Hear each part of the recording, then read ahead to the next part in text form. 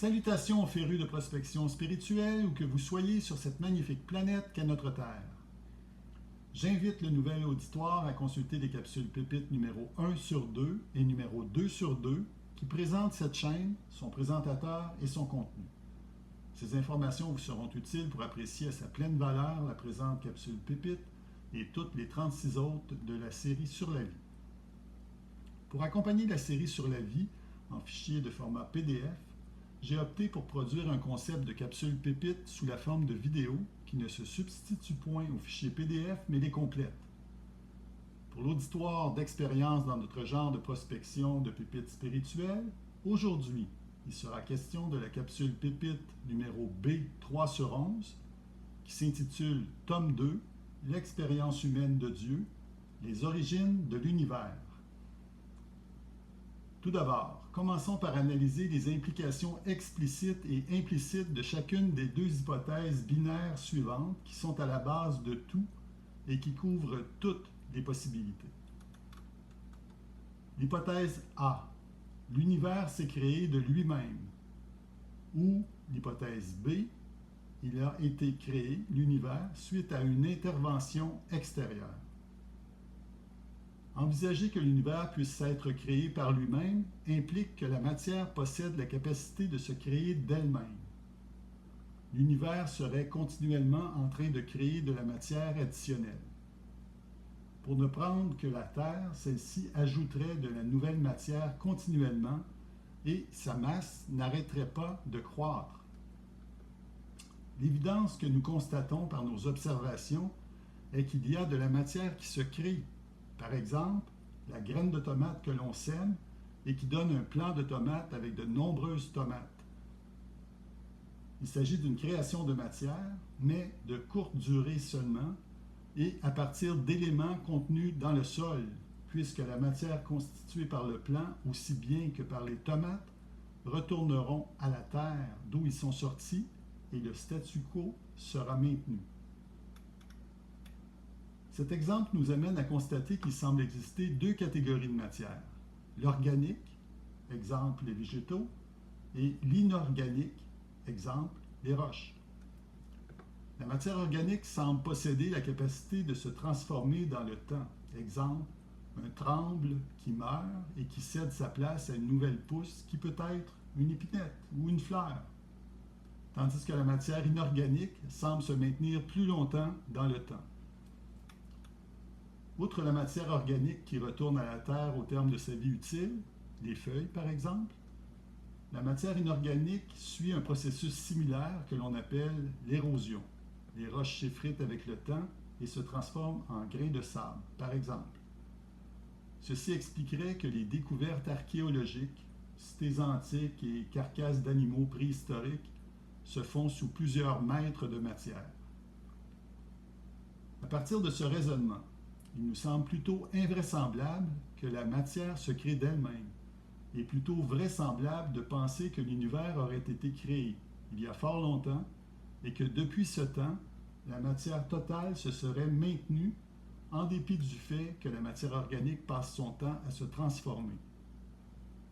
Il s'agit également de la conclusion à laquelle Antoine Lavoisier, le père de la chimie moderne, est arrivé en 1774. Il y a exactement 250 ans, en énonçant la loi sur la conservation des masses qui se résume ainsi. Rien ne se crée, rien ne se perd, et tout se transforme. Avant de conclure, il y a lieu de comparer ces deux hypothèses et toutes leurs conséquences afin de conclure laquelle de ces deux hypothèses s'avère la plus vraisemblable et laquelle semble la plus invraisemblable, et le fait de les comparer l'une à l'autre peut faciliter laquelle des deux hypothèses semble la plus difficile à envisager par rapport à la réalité constatée. Donc, s'il est vraisemblable que la matière ne se crée pas par elle-même, cela implique que la matière aurait été créée vraisemblablement par une intervention extérieure à l'univers, donc par un créateur. Le contraire impliquerait que tout se serait créé tout seul et que depuis, tout fonctionne tout seul. Certains parleront de la théorie du Big Bang, qui permettrait de décrire l'univers tel que nous le voyons. Il y aurait eu toute la matière de l'univers concentrée en un seul point. Il y aurait plusieurs milliards d'années et il y aurait eu une méga gigantesque explosion en ce point et cela aurait créé l'univers tel que nous le connaissons aujourd'hui.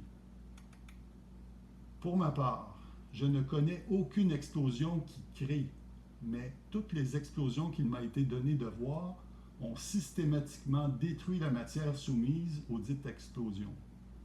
De plus, cette théorie n'explique absolument pas comment se serait créée toute cette matière présente en un seul point de l'univers initialement. La théorie dite de l'évolution de Darwin, quant à elle, qui passe d'une bactérie aux amphibiens, aux mammifères, aux singes et aux humains, vous remarquerez que je me suis permis quelques raccourcis pour ne pas allonger inutilement cette section, n'explique pas tout, selon moi. Il y a un ruisseau derrière chez moi qui héberge une colonie de grenouilles, entre autres. Il y a également des singes dans plusieurs cirques de la planète, etc.